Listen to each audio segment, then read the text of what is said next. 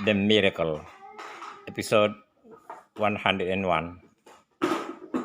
Ifrit versus Book Expert.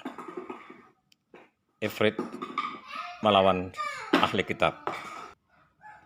Ifrit makhluk jin senior yang diyakini sudah ada sejak zaman Nabi Adam alaihissalam. Sama halnya dengan jin Qarin yang bertugas mencelakakan kehidupan manusia karena merasa tidak senang dengan kehadiran manusia. Tetapi Ifrit cenderung lebih kasar dan sangatlah berbahaya. Jin Ifrit juga kerap ada pada ilmu hitam. Jin Ifrit seringkali dimanfaatkan oleh kelompok orang yang menekuni ilmu hitam. Ifrit sangat cerdik dan memiliki kemampuan memindahkan benda padat secara sangat cepat. Ia menawarkan diri memindahkan singgasana Ratu Balqis sesegera mungkin setelah mendengar tantangan Raja Sulaiman. Namun, seorang ahli kitab menyatakan bisa memindahkan singgasana Ratu Balqis sebelum mata Raja Sulaiman berkedip. Kisah ini diungkap dalam surah Namal ayat 39 dan 40. Qala ifritun minal jinni ana atika bihi qabla an taquma min maqamik wa inni alayhi laqawiyyun amin.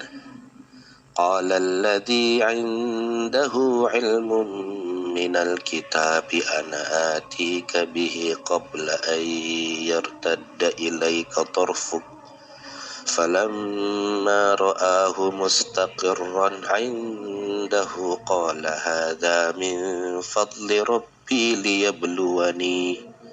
ليبلوني أأشكر أم أكفر ومن شكر فإنما يشكر لنفسه ومن كفر فإن ربي غني كريم. Berkata Ifrit yang cerdik dari golongan jin, aku akan datang kepadamu dengan membawa singgasana itu kepadamu sebelum kamu berdiri dari tempat dudukmu. Sesungguhnya aku benar-benar kuat untuk membawanya, lagi dapat dipercaya. An-Namal 39. Berkatalah seorang yang mempunyai ilmu dari Alkitab, aku akan membawa singgasana itu kepadamu sebelum matamu berkedip. Maka tatkala Sulaiman melihat singgasana itu terletak di hadapannya, ia pun berkata, ini termasuk kurnia Tuhanku untuk mencoba aku apakah aku bersyukur atau mengingkari akan nikmatnya. Dan barang siapa yang bersyukur, maka sesungguhnya dia bersyukur untuk kebaikan dirinya sendiri. Dan barang siapa yang ingkar, maka sesungguhnya Tuhanku maha kaya lagi maha mulia. An-Namal 40. Seandainya Ifrit jadi memindahkan singgasana Ratu Balqis, maka orang-orang kemudian akan melihat makhluk jin lebih hebat dari manusia.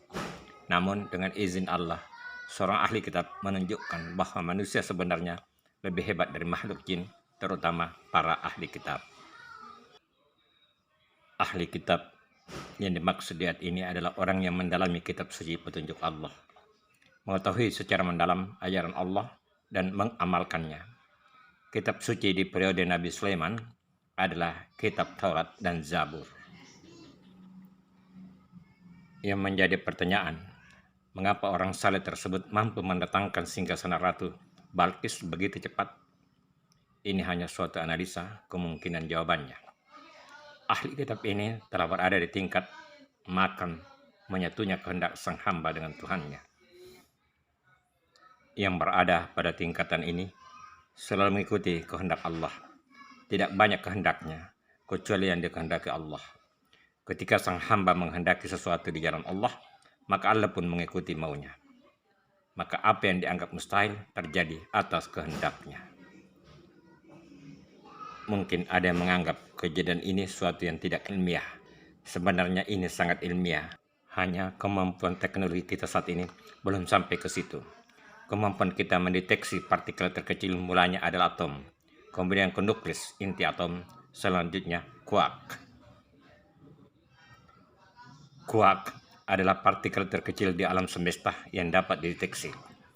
Peralatan teknologi kita baru sampai di situ, karena setelah itu tidak ada lagi yang terlihat, namun ada reaksi getaran atau vibrasi yang menunjukkan adanya sesuatu yang diistilahkan kuanta dan bentuk jabatnya kuantum. Segala sesuatu yang mewujud di alam ini berawal dari getaran.